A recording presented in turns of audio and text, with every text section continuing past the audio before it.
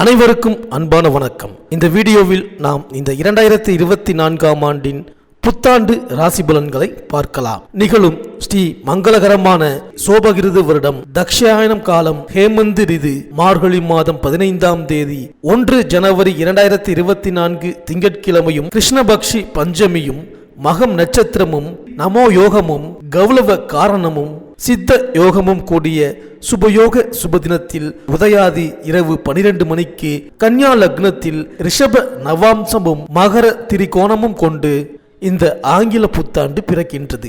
மகம் நட்சத்திரம் சிம்ம ராசி கன்னி லக்னத்தில் புத்தாண்டு பிறக்கின்றது. பிறக்கும் புத்தாண்டில் அனைவரும் சீரும் சிறப்புடனும் ஆயுசுடனும் ஆரோக்கியத்துடனும் அனைத்து விதமான சேமங்கள் பெறவும், திருமணம் கைகூடி வரவும், சந்தான பாக்கியம் கிடைக்கவும், நல்ல வேலை அமையவும், வெளிநாடு பயணம் இனிதே பெறவும், வீடு மனை வாகனம் அமையவும், ஆண்டின் தொடக்க நாளில் இறைவனை திருக்கோவில்களில் சென்று வழிபாடு செய்து வருவது நல்லது.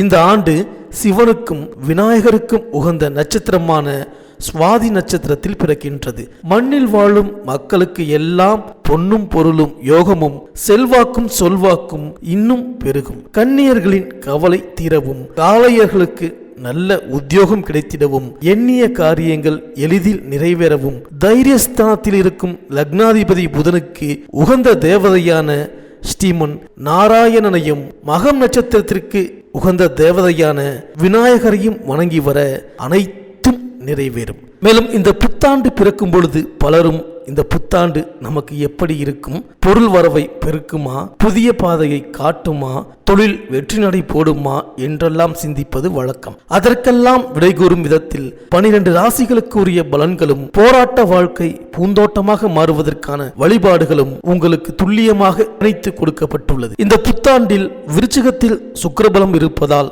மழை வளம் அதிகரிக்கும். சனி செவ்வாய் சம்பந்தப்படும் நேரத்தில் கடல் கொந்தளிப்பு, வெள்ளப்பெருக்கு, இடச்சரிவு போன்ற இயற்கை சீற்றங்கள் உருவாகலாம். மளிகை பொருட்கள் காய்கறிகளின் விலை உயரலாம். தங்கம் வெள்ளி விலை குறைய வாய்ப்பு இல்லை. பெட்ரோல் டீசல் எரிவாயு விலை சீராக இருக்கும். நோய் தொற்றில் இருந்து மக்கள் பாதுகாப்பாக இருக்க வேண்டும். தேர்தல் களம் சூடுபிடிக்கும். ஜோதிட சாஸ்திரத்தில் சனி பகவானை ஆயுள்காரகன் என்றும் அழைப்பார்கள். தராசு சின்னம் கொண்ட துலாம் ராசியில் அவர் உச்சம் பெறுவதால் அவரை நீதிமான் என்றும் நியாயவான் என்றும் சொல்வது வழக்கம். அவர் ஆதிக்கத்துக்கு உரிய ஆண்டு என்பதால் நீதிக்கும் நியாயத்திற்கும் முக்கியத்துவம் கிடைக்கும். இந்த ஆண்டு பல நல்ல சம்பவங்கள் நடைபெறலாம். கும்பராசியில் தற்சமயம் சனி பகவான் சஞ்சரிப்பதால் குட முழுக்கு விழாக்கள், ஆலய திருப்பணிகள் நடைபெறும். ஆன்மீக நாட்டம் அதிகரிக்கும். ஆன்மீகம், ஜோதிடம், பத்திரிகை, எழுத்துக்கலை, கணிப்பொறித்துறை, இரும்பு இயந்திரத்துறை ஆகிய துறைகளில் மிகுந்த வளர்ச்சியும் அதில் பணியாற்றுபவர்களுக்கு யோகமும் தரும் விதத்தில் இந்த ஆண்டு அமையப் போகின்றது. சனியின் பாதிப்பிலிருந்து விடுபட விநாயகர், அனுமன், சனி பகவானை வழிபடுவது நல்லது. இந்த 2024ஆம் ஆண்டு தொடக்கத்தில் கிரகங்களின் சஞ்சாரத்தை பார்த்தால் மேஷத்தில் குரு, சிம்மத்தில் சந்திரன், கன்னியா ராசியில் கேது, விருச்சிகத்தில் புதன் சுக்கிரன், தனுசு ராசியில் சூரியன் செவ்வாய், கும்பராசியில் சனி, மீனராசியில் ராகு என 2024ஆம் ஆண்டின் தொடக்கத்தில் கிரகங்கள் சஞ்சரிக்கின்றன. 1/5/2024 புதன்கிழமை மாலை 5:21 மணிக்கு கார்த்திகை நட்சத்திரம் 2ஆம் பாதத்தில் ரிஷபராசிக்கு குரு பகவான் பெயர்ச்சியாகின்றார். மேலும் குரு பகவான் 15/10/2024 முதல் 31/12/2024 வரை ரிஷபராசியில் வக்ரம் பெற்று சஞ்சரிக்கின்றார். மேலும் சனி பகவான் வருகின்ற 19/6/2024 முதல் 4/11/2024 வரை கும்பராசியிலேயே சனி பகவான் வக்ரம் பெறுகின்றார். இந்த கிரகங்களின் சஞ்சாரம் மற்றும் மாற்றம், அதிசாரம், வக்ர பெயர்ச்சியின் காரணமாக இந்த 2024ஆம் ஆண்டு உங்களுக்கு என்னென்ன பலன்களை தரப்போகின்றது, நீங்கள் செய்ய வேண்டிய பரிகாரங்கள் என்ன என்று இந்த வீடியோவில் பார்க்கலாம். அனைவருக்கும் இனிய புத்தாண்டு நல்வாழ்த்துக்கள்.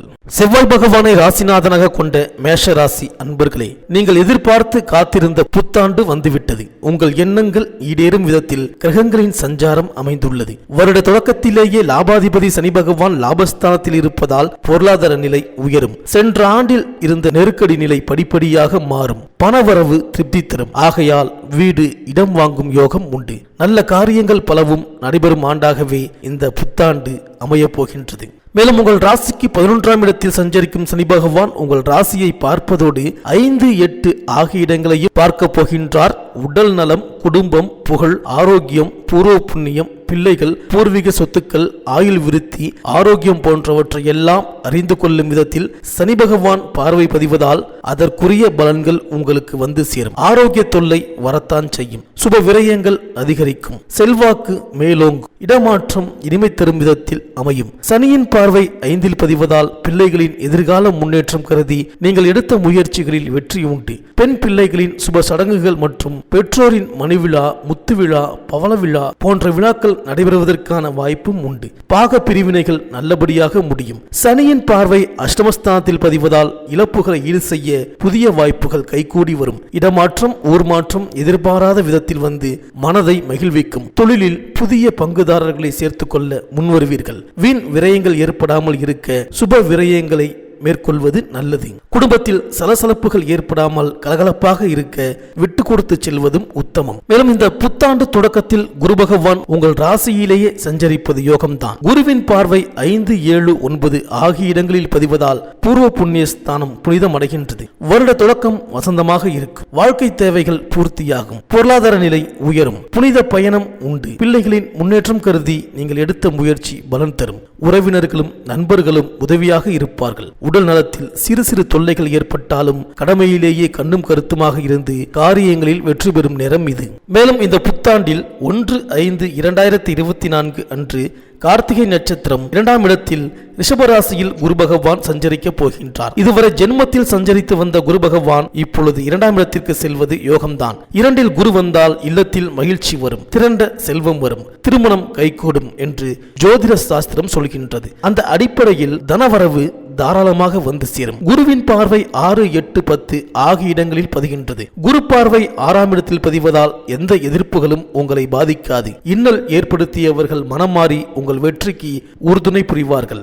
ஆரோக்கிய தொல்லை அகலும். உத்தியோகத்தில் இருப்பவர்களுக்கு உயர் அதிகாரிகள் மூலமாக சில சலுகைகள் கிடைக்கும். குருவின் பார்வை 8ஆம் இடத்தில் பதிவதால் தடைப்பட்ட காரியங்கள் தானாக நடைபெறும். இழப்புகளை ஈடு செய்ய புதிய வாய்ப்புகள் வரும். எதிர்காலத்தை பற்றிய பயம் அகலும். நோயின் கொடுமை தீரும். பழைய பங்குதாரர்களோடு பிரச்சனை ஏற்படுவதன் விளைவாக அவர்களை விலக்கிவிட்டு புதியவர்களை சேர்த்துக் கொள்ள முன்வருவீர்கள். வெளிநாடு செல்ல நீங்கள் எடுத்த முயற்சி கைகூடும். புதிய வாகனம் வாங்கும் முயற்சியில் ஆர்வம் காட்டுவீர்கள். குருவின் பார்வை 10ஆம் இடத்தில் பதிவதால் வியாபாரம் வெற்றி நடைபோடும். ஏட்டிக்கு போட்டியாக இருந்தவர்கள் விலகுவார்கள். வாடிக்கையாளர்களின் எண்ணிக்கை அதிகரிக்கும். வாடகை கட்டிடத்தில் நடைபெற்ற தொழிலை சொந்த கட்டிடத்திற்கு மாற்ற முயற்சிப்பீர்கள். 10இல் வந்த குரு பதவி மாற்றம் தரும் என்பதால் உத்தியோகத்தில் உள்ளவர்களுக்கு புதிய பொறுப்புகள் கிடைக்கும். மேலும் உங்கள் ராசிக்கு 12இல் சஞ்சரிக்கும் ராகுவால் விரயஸ்தானம் பலப்படுகின்றது. குடும்ப சுமை கூடும். கூடுதல் விரயங்கள் ஏற்படலாம். தசாபுத்தி பலம் பெற்றவர்களுக்கு பொருளாதாரம் திருப்தி தரும். செலவிற்கு ஏற்ற வரவு உண்டு.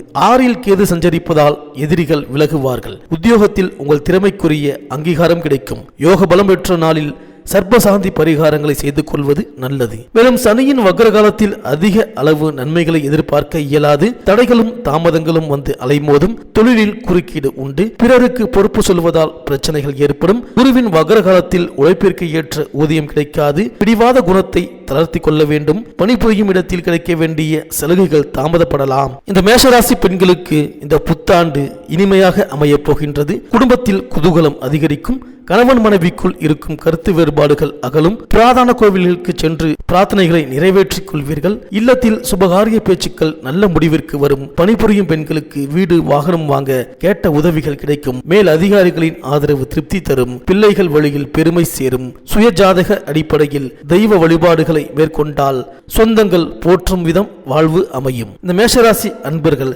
சனிக்கிழமை தோறும் விரதம் இருந்து சனி பகவானை வழிபடுவதோடு அருகம்புல் மாலை சூட்டி ஆனைமுக பெருமானையும் வழிபடுவது நல்லது. சிறப்பு வழிபாடாக சிவகங்கை மாவட்டம் பிள்ளையார்பட்டியில் உள்ள கற்பக விநாயகர் வழிபாடு காரிய வெற்றிக்கு கை கொடுக்கும். உங்கள் இல்லத்து பூஜை அறையில் விநாயகர் பெருமான் படம் வைத்து விநாயகர் கவசம் பாடி வழிபட்டு வருவது நல்லது. சதுர்த்தி விரதம் சந்தோஷத்தை வழங்கும்.